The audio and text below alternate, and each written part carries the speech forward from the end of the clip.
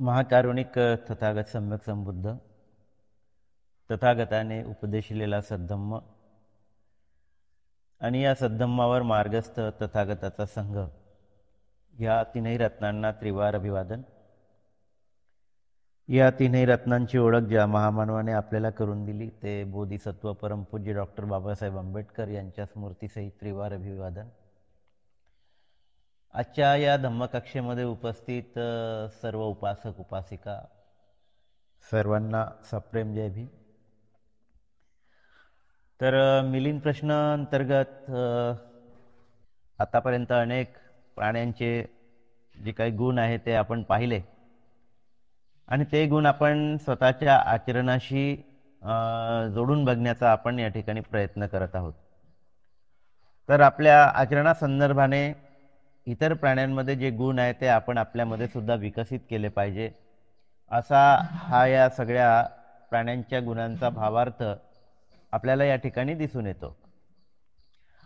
तर आपण बघूया की बैलाच्या गुणासंबंधी जो प्रश्न आहे त्या बैलाच्या गुणाचे या ठिकाणी 4 गुण आपण ग्रहण केले पाहिजे असं या ठिकाणी म्हटलेलं आहे। तर म्हणते नागसेन म्हणतात की बैल स्वतःचे घर विसरत नाही। तर बैलाबद्दल आपण बऱ्याच लोकांना अनुभव आहे, विशेषतः जुन्या लोकांना अनुभव आहे, कारण बैलाशी त्यांचा संपर्क या ना त्या कारणाने असं आलेला आहे। कारण पूर्वी कोणाच्या ना कोणाच्या घरी बैल होते। मी लहानपणी बरेचदा बैलबंडीवर बैलगाडीवर आपल्या गावामध्ये जात असताना बरेचदा बसलेलो आहे, त्यामुळे आपल्यापैकी अनेक लोकांना बैलाचा अनुभव आहे। तर माझ्या घरी गायी सुद्धा होत्या। तर ते भटकायच्या, घरापासून 2-2 3-3 दिवस दूर राहायच्या, पण मात्र तिसऱ्या दिवशी म्हणा किंवा चौथ्या दिवशी म्हणा ते बरोबर घरी यायच्या। तर या संदर्भाने आपण सर्वांना याची प्रचिती बऱ्याच लोकांना आहे की ते घर विसरत नाही आणि बरोबर आपल्या घरी भटकले जरी असले तरी मात्र आपलं घर ते विसरत नसल्यामुळे ते आपल्या घरी बरोबर येत असतात। तर हा बैलाचा गुण आहे, ते अतिशय महत्त्वाचा असा गुण आहे। आपलं घर शोधत शोधत ते आपल्या घरपर्यंत येतात। तर मग साधक भिक्खूने काय केलं पाहिजे? तर साधक भिक्खूने जसा बैल आपलं घर सोडत नाही, घर विसरत नाही, त्याच पद्धतीनं साधक भिक्खूने स्वतःच्या शरीराला मोकळे सोडून देऊ नये, स्वतःच्या शरीराला विसरू नये, स्वतःच्या शरीराबद्दल अनभिज्ञ राहू नये, नाही का? स्वतःच्या शरीराबद्दल विस्मृतीमध्ये जाऊ नये असं त्यांनी या ठिकाणी म्हटलेलं आहे। कारण शरीर हे एक माध्यम आहे, ज्या माध्यमातून आपण अनित्यता जाणतो, उच्छेद होणे जाणतो, परिमर्दन होणे जाणतो, भेदन होणे जाणतो। तर या अनुषंगाने आपल्या स्मृतीचा सराव करण्यासाठी आपल्याला शरीर जे आहे ते शरीर अत्यंत कामाचं आहे। त्या शरीराच्या माध्यमातूनच आपण इतर ज्या काही आपल्या मनावर प्रक्रिया करत असतो किंवा मनाला जाणून घेत असतो, कारण मन हे शरीराच्या सहाऱ्यानेच राहते। मन हे काही वेगळं राहू शकत नाही आणि म्हणून मन काही शरीराशिवाय राहू शकत नाही। जसा बैल आपल्या घराशिवाय राहू शकत नाही, तो घराला विसरत नाही, त्याच पद्धतीनं आपल्या मनाला जाणून घेण्यासाठी आपलं मन ज्या ठिकाणी म्हणजे ज्याच्या आश्रयाने राहते, बैल आपल्या घराच्या आश्रयाने राहतो, घरमालकाच्या घराच्या आश्रयाने राहतो, त्याचप्रमाणे आपलं चित्त सुद्धा शरीररूपी घराच्या आश्रयाने राहत असते, आहे की नाही? आणि म्हणून त्या शरीराच्या संदर्भाने स्मृतियुक्त राहणे आणि त्यातील अनित्यता जाणणे, तर ते कसं उच्छेद होते, त्याच्यात कसं भेदन होते, तर या संदर्भाने आपण शरीराच्या माध्यमातून जाणू शकतो। आणि म्हणून शरीराच्या बाबतीमध्ये आपण निष्काळजीत होणे म्हणजे निष्काळजीपणा बाळगू नये। विनाश इत्यादी शरीर धर्म आहेत, तर हे जे काही शरीर धर्म आहे त्या शरीर धर्माला आपण जाणत राहिलं पाहिजे, अनित्यता जाणली पाहिजे, उच्छेद होणं जाणलं पाहिजे, भेदन होणं जाणलं पाहिजे। तर शरीराचं कसं उच्छेद होते, कारण ते परिवर्तनीय आहे, प्रतिक्षण ते बदलत आहे, त्याच्यामध्ये उच्छेद होत आहे, भेदन होत आहे, प्रतिक्रिया घडत आहेत। वारंवार आपल्या जे धातू आहेत त्या धातूंमध्ये परिवर्तन घडत आहेत, कमी जास्तपणा होत आहे, उत्पन्न होणे आणि नष्ट होणे हा त्याचा स्वभाव आहे. तर हे आपण या आधारावर, आपल्या चित्ताच्या आधारावर शरीराची जी काही स्थिती आहे ते आपण पाहू शकतो आणि आपण अनित्यता जाणू शकतो. शरीराचा जो काही विनाश धर्म आहे तो आपण जाणू शकतो. शरीर आपलं कसं विनाशाला चाललेलं आहे, लयाला चाललेलं आहे, हे जे काही शरीराचे गुणधर्म आहेत हे आपण जाणू शकतो. आणि म्हणून तो जसं बैल आपल्या स्वतःचं घर विसरत नाही, तसंच आपण सुद्धा आपल्या या शरीराप्रती सजग असलं पाहिजे. त्याचा विसर पडता कामा नये, त्याच्याबद्दल विस्मृती होता कामा नये, त्याच्याबद्दल निष्काळजीपणा बाळगता कामा नये, है ना. व्यावहारिक स्तरावर सुद्धा आपण शरीराबद्दल निष्काळजीपणा बाळगला तर त्यातून अनेक व्याधी उत्पन्न होऊ शकतात, अनेक अडचणी निर्माण होऊ शकतात शरीराबद्दलच्या, आहे की नाही. आणि आपण असंच पाहतो, शरीराबद्दल आपण इतके निष्काळजीपणा बाळगतो की मग त्यामुळे अनेक व्याधी उत्पन्न होतात आणि मग व्याधी झाली की मग आपलं लक्ष शरीराकडे जाते. काही दुखणं निर्माण झालं तेव्हा कुठे आपण शरीराकडे लक्ष देतो, अन्यथा आपण फारसं काही शरीराकडे लक्ष देत नाही. काहीही खाणं, कसंही वागणं, कधीही झोपणं, कधीही उठणं, या नित्यनेमानं आपल्या गोष्टी चालूच राहतात. कारण आता आपल्याला त्याच्याबद्दल काही जाणीव नाही आहे. पण जेव्हा याचे दुष्परिणाम यायला लागतात तेव्हा मात्र आपल्या शरीराप्रती आपण सजग व्हायला लागतो. कारण ते दुखणं आपल्याला जाणीव करून देते, आपल्या शरीराच्या गुणधर्माची जाणीव करून देते, ठीक आहे नाही. आणि म्हणून त्याप्रती आपल्याला विसर पडता कामा नये. जसं बैलाला आपल्या घराचा विसर पडत नाही, त्याच पद्धतीनं आपल्या शरीराचा आपल्याला विसर पडता कामा नये. इतका हा महत्त्वाचा गुण या ठिकाणी विशद केलेला आहे. पुढे काय म्हटलेलं आहे की बैलाला जेव्हा धुरीला जुंपले जाते तेव्हा ते सुखादुःखाने ते धूर ओढत असते. तर बैलाला धुरीला आपण जुंपलेलं बघितलं आहे. बैलबंडीचा जो धुरा असतो त्या धुऱ्याला त्याला धुरा धुरा हा आजच्या पिढीसाठी नवीनच शब्द आहे. तर धुरा म्हटल्यानंतर आजच्या पिढीला काही समजणार नाही, पण आपल्या बऱ्याच लोकांना धुरा म्हणजे काय हे शब्द ओळखीचा आहे. तर आपले आजोबा किंवा आपले वडील कधी शेती करत असले किंवा आपल्या नातेवाईकांकडे आपण जातो आणि नातेवाईकांकडे गेल्यानंतर आपल्याला त्या सगळ्या गोष्टी पाहायला मिळतात, त्यामुळे आपला कुठे ना कुठे संबंध कधी ना कधी आलेलाच आहे.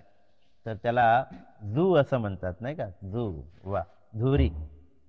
तर बैलाला त्या धुरीला जुंपल्या जाते तेव्हा त्याला कधी सुखही होते, कधी दुःखही होते. तर ज्या पद्धतीनं बैलाला जुंपल्या जाते आणि ते धूर ओढत राहते, तर या जीवनरूपी बैलगाडीचा धुरा जो आपल्या खांद्यावर आहे, म्हणजे आपली जी काही जीवनचर्या आहे जे आपण स्वीकारलेली आहे, कारण जन्म घेतला म्हणजे आपण आपली जीवनचर्या स्वीकारलेली आहे, आपण या जीवनामध्ये आलेला आहे. तर हा जीवनाचा गाडा आपण नेहमी म्हणतो, हा जीवनाचा गाडा आम्ही ओढत आहोत, असा आपण बोलताना तो व्यावहारिक शब्द आपण नेहमी वापरत असतो की जीवनाचा गाडा आपल्याला ओढत न्यावा लागते. तर जीवनाचा हा गाडा ओढत नेत असताना कधी सुखही उत्पन्न होते, कधी दुःखही उत्पन्न होते, कारण हा लोकधर्म आहे.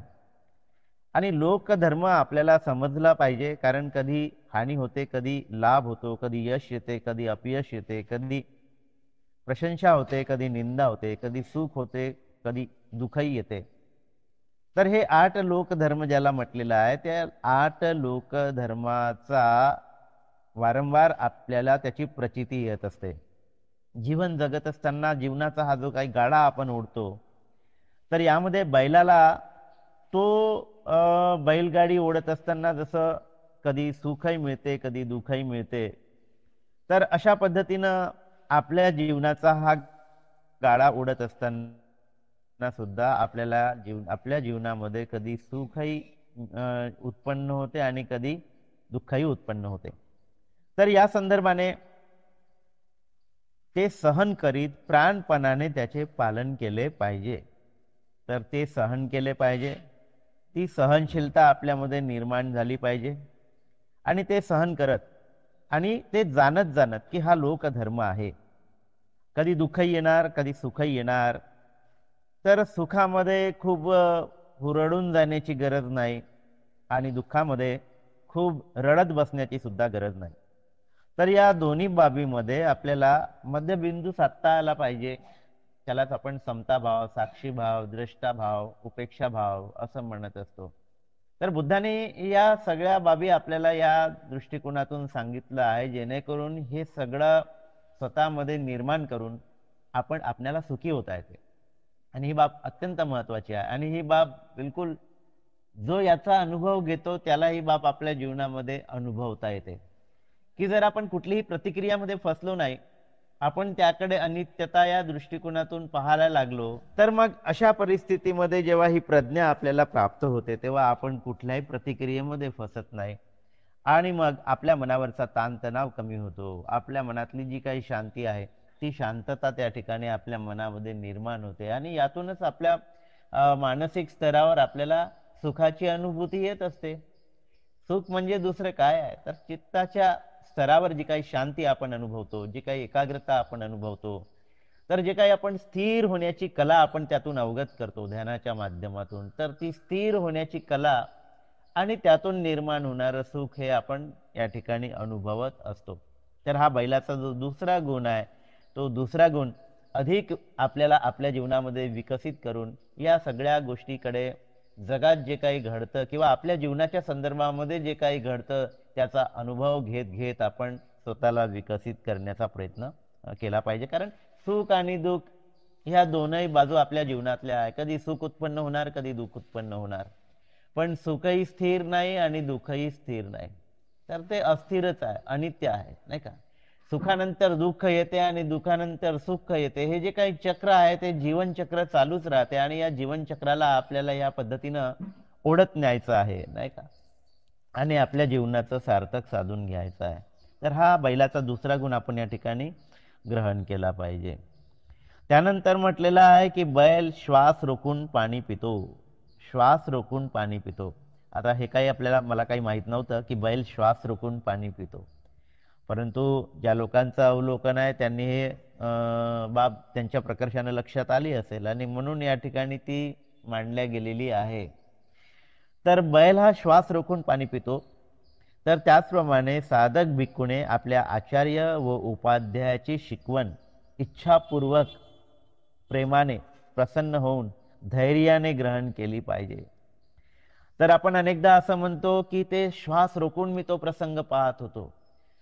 जे श्वास रोखून मी तो प्रसंग पाहत होतो म्हणजे काय, तर एकाग्र चित्त होऊन माझं मन त्यामध्ये रममान झालेलं होतं, एकाग्र झालेलं होतं आणि पूर्णपणे मी ते दृश्य बघण्यामध्ये किंवा ती गोष्ट ग्रहण करण्यामध्ये मी लीन झालो होतो, तल्लीन झालो होतो. अशा पद्धतीचा भावार्थ आपल्याला त्या वाक्यामध्ये दिसून पडतो, नाही का. तर श्वास रोखून मी ती गोष्ट पाहत होतो असं आपण अनेकदा म्हणतो. तर याचा अर्थ म्हणजे आपण काही श्वास रोखत नाही. श्वास रोखला की मग आपल्याला गुदमडल्यासारखं होते. परंतु ते प्रतीक रूपाने किंवा एक उपमा या संदर्भाने ती बाब आपण या ठिकाणी म्हणजे मांडत असतो किंवा ते वाक्य त्या पद्धतीनं आपण वापरत असतो. तर त्याचा जो भावार्थ आहे तो म्हणजे मी एकाग्र होऊन, तल्लीन होऊन, त्याच्यामध्ये रममान होऊन, त्याच्यामध्ये पूर्णपणे गुंतल्या जातो. आणि त्या एखाद्या गोष्टीमध्ये जेव्हा आपण गुंतल्या जातो तेव्हा त्या संदर्भामध्ये आपण त्याला म्हणतो की श्वास रोखून ती गोष्ट मी पाहत होतो किंवा अनुभवत होतो किंवा करीत होतो, आहे की नाही. तर ही गोष्ट खरोखरच महत्वाची आहे. एखाद्या गोष्टीकडे, एखाद्या बाबीकडे श्वास रोखून म्हणजेच एकाग्रता साधून आपल्याला ती गोष्ट ग्रहण करता आली पाहिजे. आणि ही जेव्हा आपण त्या पद्धतीनं करतो तेव्हा अतिशय चांगल्या पद्धतीनं, अतिशय योग्य पद्धतीनं, अतिशय उच्च पातळीवर त्या गोष्टीचा अनुभव आपण घेऊ शकतो किंवा ते अधिक जास्त कुशलतेनं आपण ते समजून घेऊ शकतो. आणि म्हणून ही बाब खरंच अत्यंत महत्वाची अशी बाब आहे, अत्यंत महत्वाची अशी बाब आहे. आणि म्हणून जसा बैल श्वास रोखून पाणी पितो त्याच पद्धतीनं आपल्या उपाध्यायाकडे, आपल्या आचार्याकडे जी शिकवण प्राप्त करण्यासाठी आपण ज्यावेळेस जातो तेव्हा प्रसन्न होऊन धैर्याने ती आपण ग्रहण केली पाहिजे. श्वास रोखून आपल्याला ती ग्रहण करता आली पाहिजे, आहे की नाही. तर अशा पद्धतीनं हा जो बैलाचा गुण आहे तो खरोखरच आत्मसात करण्यात लायक आहे. अतिशय महत्वाचा असा गुण आहे. आपल्यालाही तल्लीन होता आलं पाहिजे, विलीन होता आलं पाहिजे. आपलं एकंदरीत सर्व अस्तित्व विसरून आपले कान आणि त्यांचे शब्द, आहे की नाही, याच्यामध्ये एक तल्लीनता निर्माण झाली पाहिजे, एक रूपता निर्माण झाली पाहिजे. आणि अशी एकरूपता निर्माण होते, अशी तल्लीनता जेव्हा निर्माण होते तेव्हा आपण खऱ्या अर्थानं अतिशय उच्च पातळीवर ती बाब ग्रहण करू शकतो.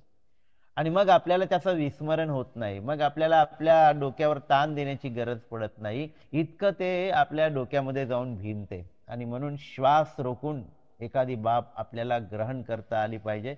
खरोखरच हा बैलाचा अतिशय महत्वाचा असा गुण आहे, खरोखरच महत्वाचा आहे.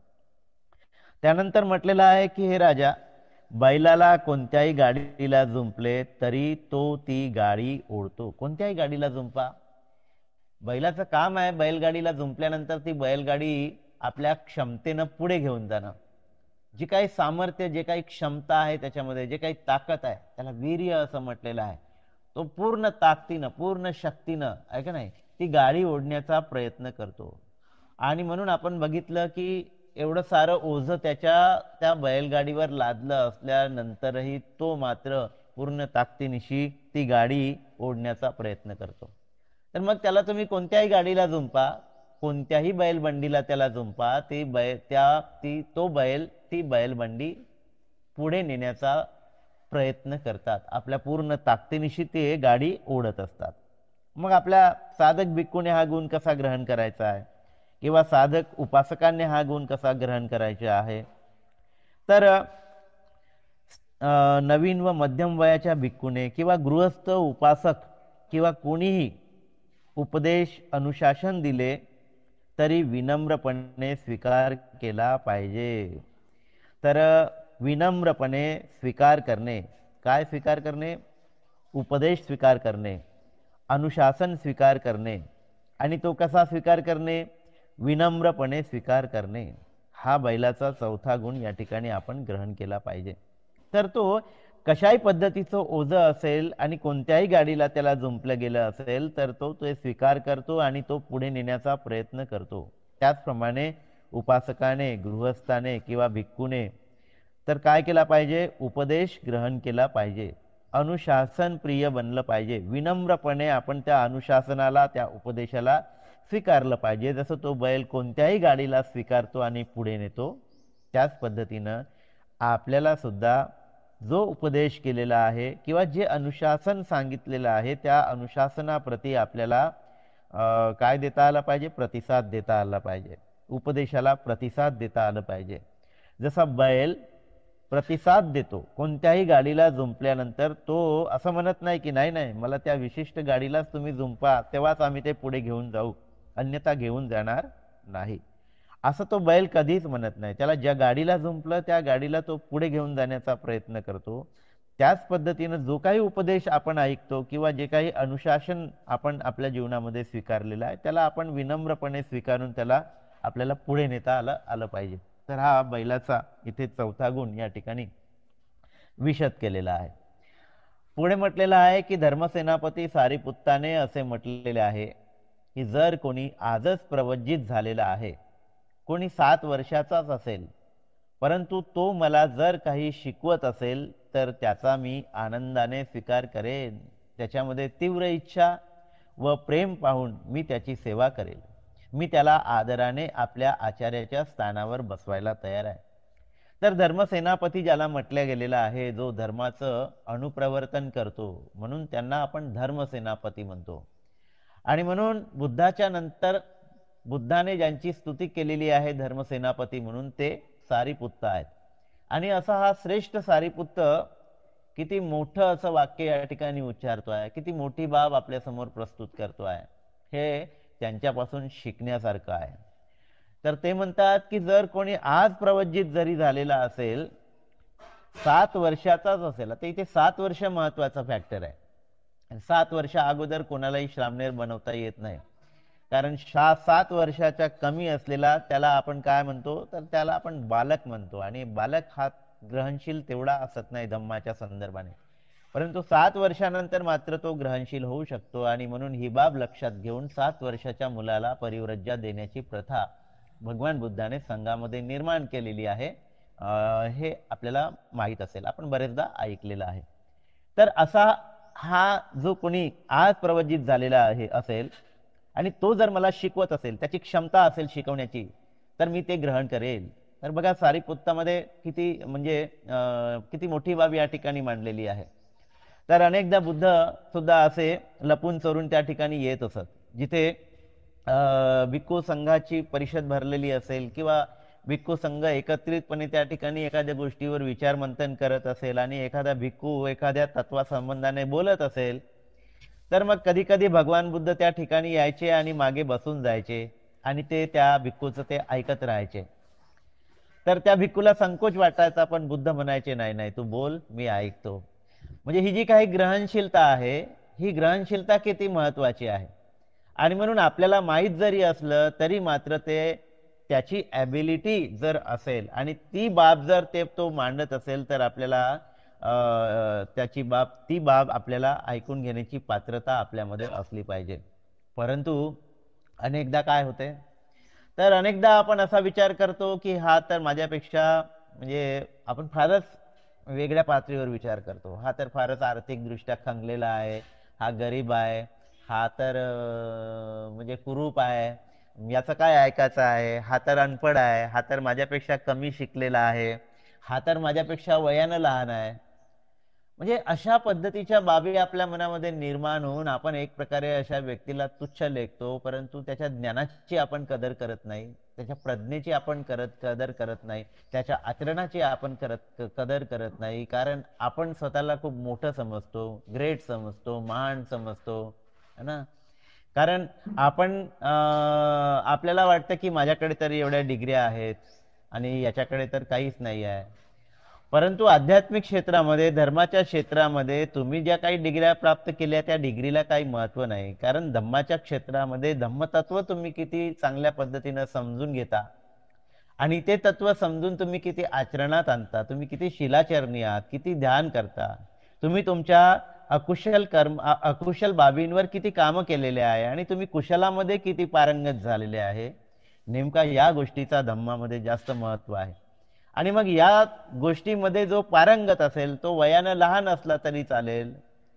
आणि म्हणून 7 वर्षाचा जरी तो असेल, आज प्रवजित झालेला असेल, तरी मी त्याचं ऐकून घ्यायला तयार आहे.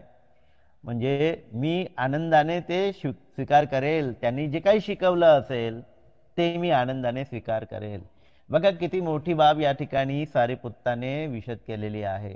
यावर खरोखरच आपल्या लोकांना चिंतन करण्याची गरज आहे. किती अहंकाराने भरलेले, किती अभिमानाने भरलेले आपले लोक आहेत. एक दुसऱ्यांचं ऐकूनच घ्यायला तयार नाही, एक दुसऱ्यांसोबत आपण ग्रहणशील नाही आहे. आपलीच बाब पुढे रेटतो, आपलीच, मीच खरं, माझंच खरं. आपल्याला हे चित्र समाजामध्ये पाहायला मिळते. मीच खरं, माझंच खरं, माझंच ऐकलं पाहिजे, तुम्ही माझ्याच मनानं केलं पाहिजे आणि माझ्या मनानं केलं नाही तर मग तुम्ही करत बसा, मी काही येणार नाही. हा किती दुराभिमान, किती अभिमान, किती अहंकार आहे की नाही. आणि म्हणून या अहंकारातून आपल्याला मुक्त होता आलं पाहिजे. आणि सारीपुत्ताने जी बाब या ठिकाणी मांडलेली आहे, यावर खरंच आपल्या सर्व लोकांना चिंतन करण्याची गरज आहे. तो स्वतःला बौद्ध म्हणवून घेतो, तो जर अशा पद्धतीनं वागत नसेल तर तो समाजामध्ये दुपडी निर्माण करतो, दुही निर्माण करतो, भेद निर्माण करतो, समाजाचं वातावरण बिघडवतो. त्याच्या अहंकारामुळे समाज दुभंगल्या जातो. आणि म्हणून हे तत्व अंगीकारणं किती महत्वाचं आहे याची प्रचिती आपल्याला येते.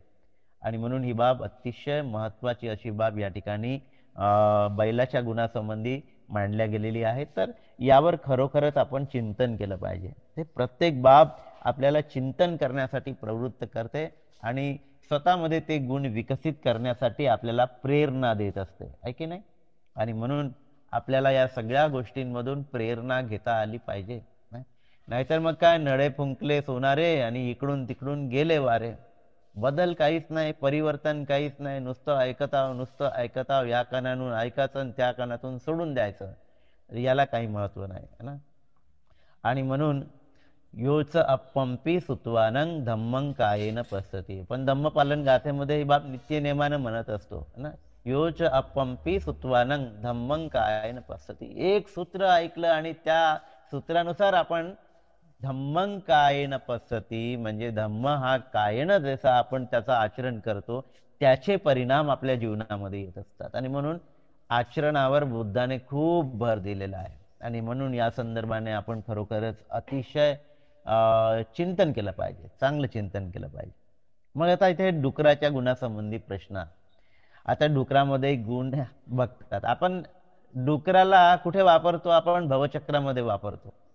तर आपल्याला त्या भवचक्रामध्ये 3 प्राणी पाहायला मिळतात, ज्यामध्ये लोभाचं प्रतीक कोंबडा आहे, द्वेषाचं प्रतीक साप आहे, नाग, आणि मोहाचं, अविद्येचं, अज्ञानाचं प्रतीक काय? डुक्कर आहे.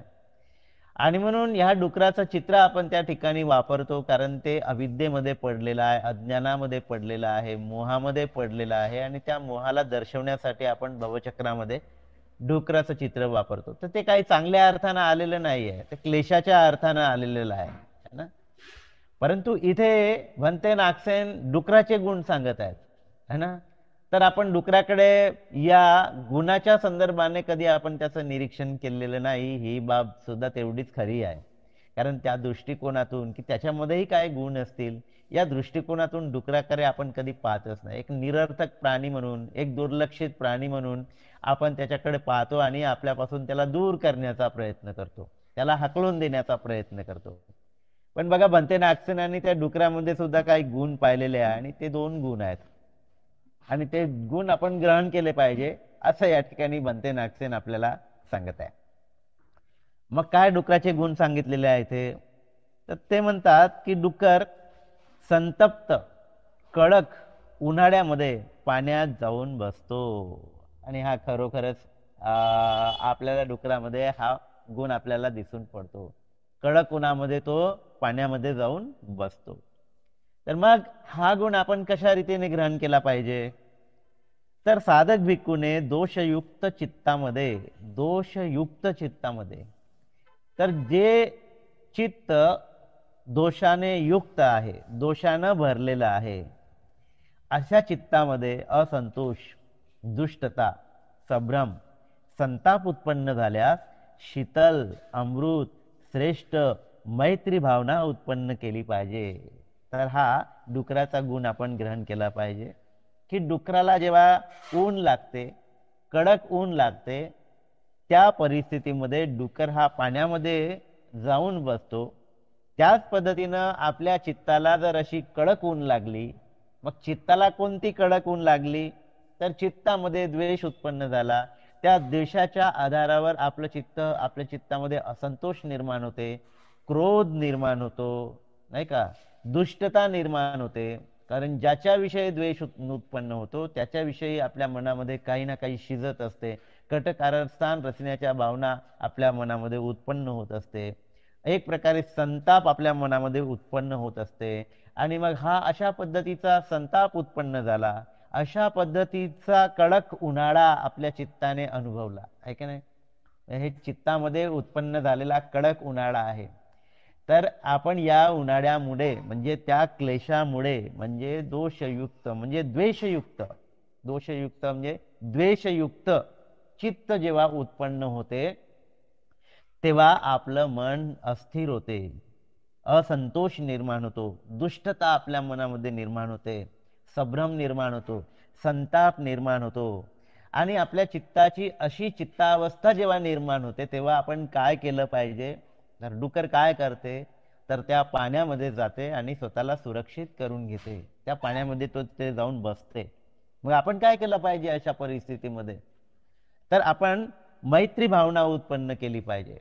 आणि म्हणून आपल्याला सांगितलेलं आहे की आपल्या मनातला द्वेष घालवण्यासाठी एकमेव उपाय जर काही असेल तर तो उपाय आहे मैत्री भावनेचा अधिकाधिक सराव करणे.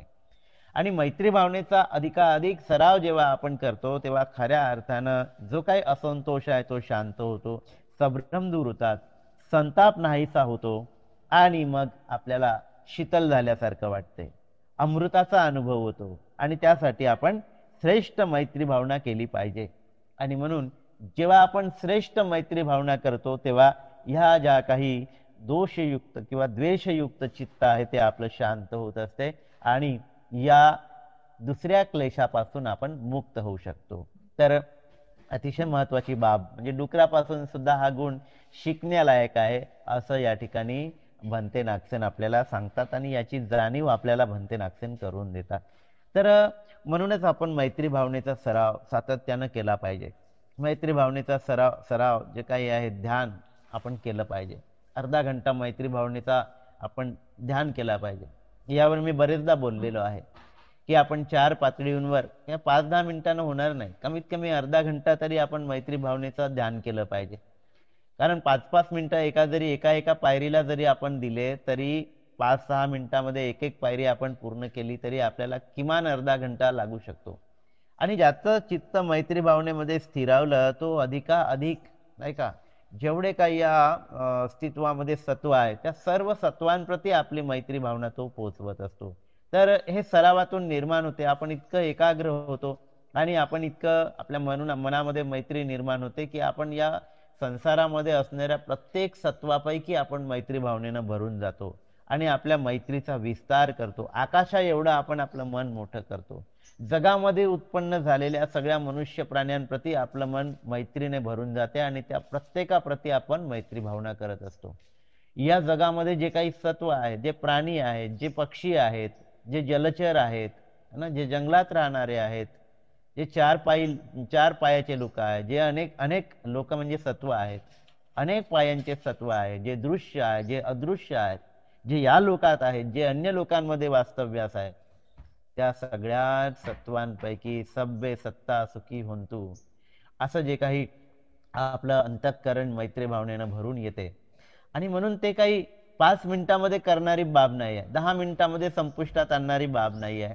तर मैत्री भावनेनं आपलं चित्त जेव्हा भरून जाते तेव्हा मग आपल्याला वेळेचा पण बोध होत नाही, वेळेचाही बोध होत नाही.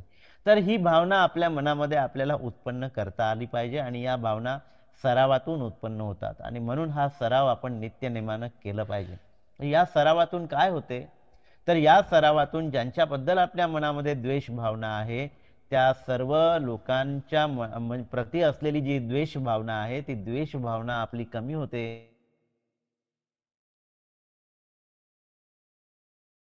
या एक सद्गुण आपल्या मनामध्ये निर्माण होते ज्याला आपण मैत्री भावना असं म्हणतो, म्हणजे ज्याला आपण ब्रह्मविहार म्हणतो. तर ब्रह्म म्हणजे तो ब्रह्म नव्हे, तर ब्रह्म म्हणजे श्रेष्ठ अशा मनोअवस्थांमध्ये जगणं, उच्चतम अशा मनोअवस्थांमध्ये जगणं.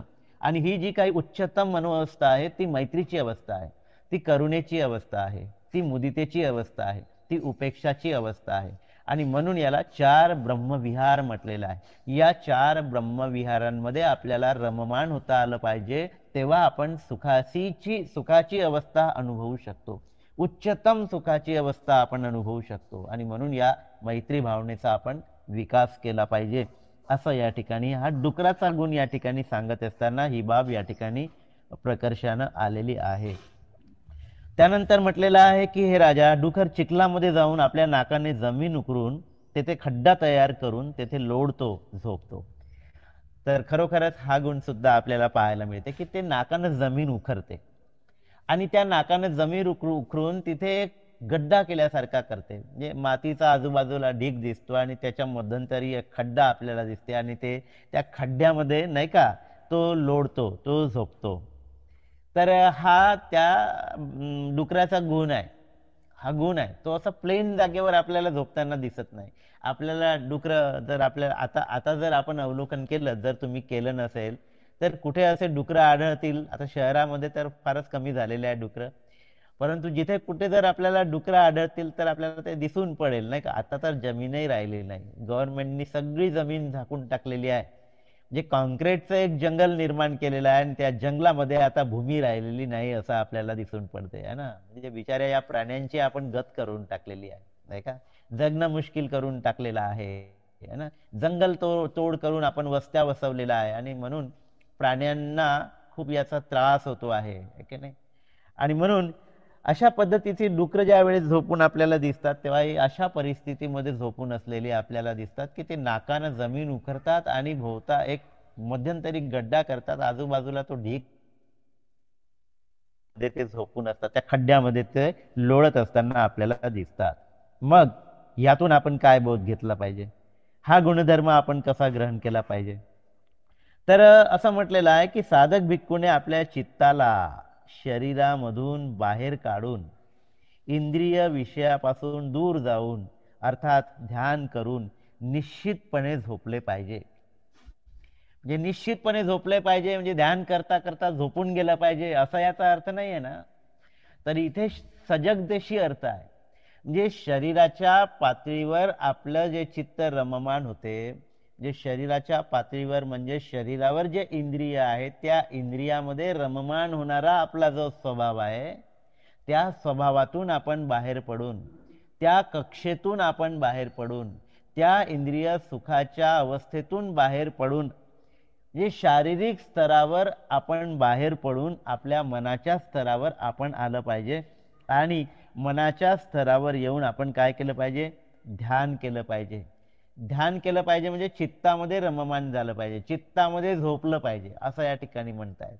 चित्तामध्ये झोपलं पाहिजे म्हणजे चित्तामध्ये आपण स्वतःविषयीचं चिंतन केलं पाहिजे, ध्यान केलं पाहिजे, आलंबनावर आपलं मन स्थिर केलं पाहिजे आणि शरीराच्या माध्यमातून जे तादात्म्य आपण साधलेलं आहे त्या शरीराच्या स्तरावरून थोडंसं बाजूला होऊन आपल्या चित्ताच्या स्तरावर आपण आपल्या जागृतीचा सराव केला पाहिजे ना, ध्यान केलं पाहिजे असं या ठिकाणी म्हटलेलं आहे. तर तो जसं जमिनीला पोखरतो आणि जमिनीला खड्डा करून त्या ठिकाणी लोळतो, त्याच पद्धतीनं आपल्या मनाच्या स्तरावर आपण आपल्या चित्ताला अधिकाधिक जाणून घेण्याचा प्रयत्न केला पाहिजे आणि म्हणून ध्यान करून निश्चितपणे झोपले पाहिजे. तर जेव्हा आपण ध्यान करतो तेव्हा आपल्या मनोअवस्था उंचावत असतात आणि मनोअवस्था जेव्हा उंचावतात त्यावेळेस जे अकुशल बाबी आहेत, जे काही वाईट विचार आहेत त्यापासून आपण दूर होतो, त्यापासून आपण अलिप्त होतो. आणि जेव्हा त्यापासून आपण अलिप्त होतो तेव्हा आपण खऱ्या अर्थानं सुखाची झोप घेतो. मग आपल्या मनामध्ये आपल्या चित्तामध्ये अशा पद्धतीचे अकुशल विचारच उत्पन्न होत नाही.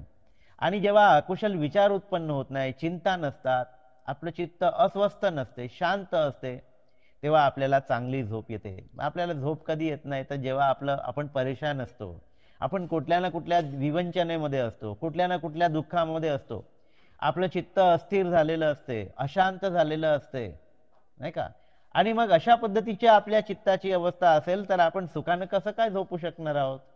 आणि म्हणून ह्या ज्या काही बाबी आहेत या मनाच्या स्तरावरच्या बाबी जोपर्यंत आपण दूर करत नाही, मनाची अस्थिरता दूर करत नाही, संतप्त झालेल्या मनाला आपण जेव्हा शांत करत नाही तोपर्यंत आपल्याला सुखाची झोप येत नाही. आणि म्हणून सुखाची झोप पाहिजे असेल तर आपल्या मनाला स्थिर करणं, शांत करणं हे खूप गरजेचं आहे. आणि म्हणून आपण त्यासाठी काय केलं पाहिजे, ध्यान केलं पाहिजे. आणि ध्यान करणारा व्यक्ती आपल्या मानसिक म्हणजे आपल्या चित्तावर जेव्हा योग्य पद्धतीनं काम करतो, त्याचं चित्त स्थिर होते, शांत होते, संयमित होते, तेव्हा त्याला सुखाची झोप लागते.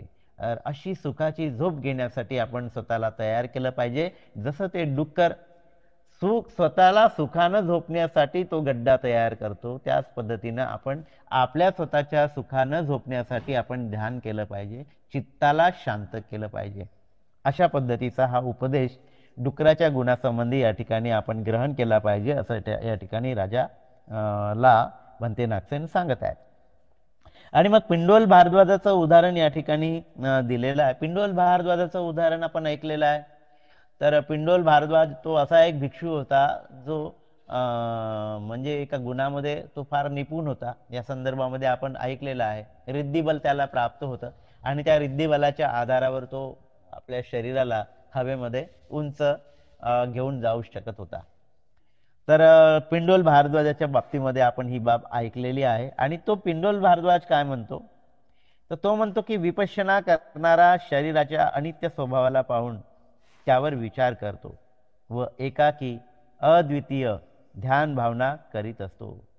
तर विपश्यना करणारा काय करतो, तर विपश्यना करणारा आपल्या शरीर आणि चित्ताच्या माध्यमातून अनित्यता अनुभवतो, याचा बोध त्याला होतो.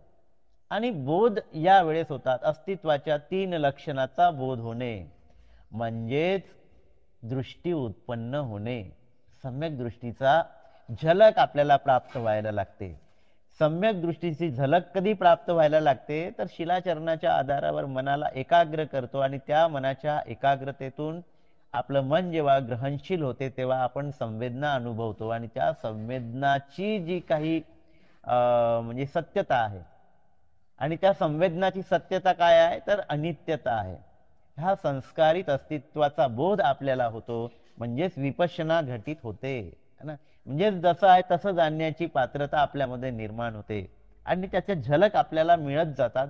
ध्यानाच्या अवस्थेमध्ये त्याची झलक आपल्याला प्राप्त होत जाते आणि हळूहळू हा अनुभव अधिक अधिक प्रगाढ होत जाते आणि एक पूर्ण सत्य आपल्या समोर येते, पूर्ण दृष्टी आपल्याला आपली उघडते ना.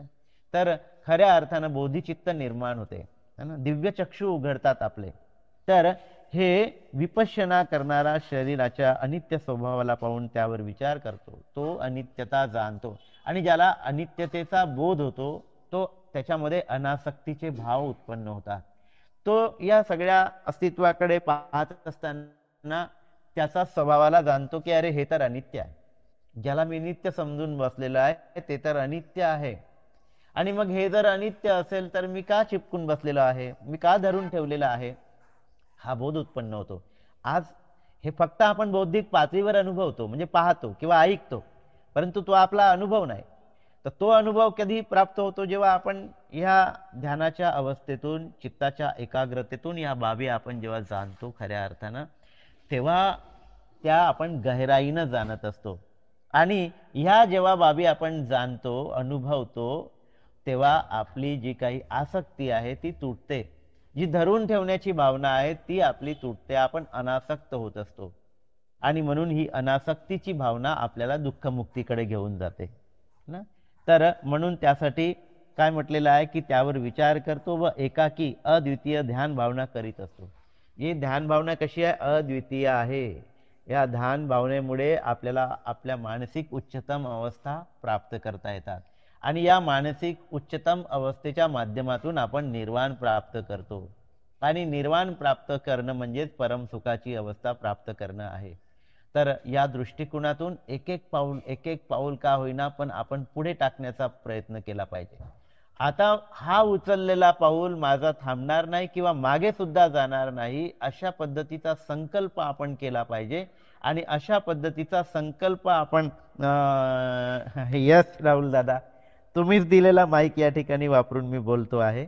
तर अशा पद्धतीचा संकल्प आपण अधिकाधिक मजबूत केला पाहिजे आणि तो मजबूत संकल्प करून आपण पुढच्या दिशेनं आपली वाटचाल नियमितपणे सुरू ठेवली पाहिजे. यातूनच आपल्या जीवनाचं सार्थक आपलं होणार आहे. तर बैलाचा गुण, डुकराचा गुण या संबंधी जे काही गुण या ठिकाणी सांगितलेले आहे आणि या गुणाच्या अनुषंगाने जी बाब मांडल्या गेलेली आहे ती जास्त महत्त्वाची आहे आणि ती बाब आपल्या स्वतःमध्ये अधिकाधिक विकसित करून आपल्या जीवनाचा उद्धार करण्यासाठी आपण संकल्पबद्ध झालो पाहिजे. तर हा उपदेश या ठिकाणी आपण सर्वांनी ग्रहण केला. आपण सर्वांनी शांतपणे या ठिकाणी ऐकून घेतलं, त्याबद्दल आपण सर्वांचं खूप खूप पुण्यानुमोदन करतो, आभार व्यक्त करतो आणि इथेच थांबतो. नमो बुद्धाय, जय भीम.